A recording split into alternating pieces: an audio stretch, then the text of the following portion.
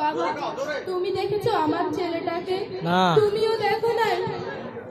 চাচা চাচা, আমার ছেলেটাকে দেখেছেন? না। আপনিও দেখেন নাই? সেই কবে আমার ছেলেটা গেল, আর ফিরল না। যুদ্ধে যাওয়ার সময় বলল মা আসছি, আর ফিরল না।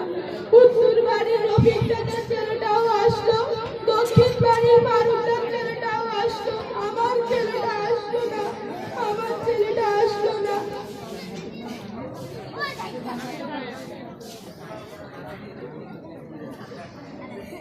মা, মা, আমি এসেছি মা।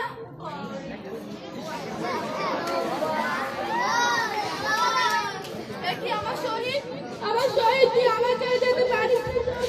রফিক, রফিক, কতবার তোকে বারণ করলাম রফিককে আসতে, তুই তারপরে চলে গেলি আমার ছেড়ে।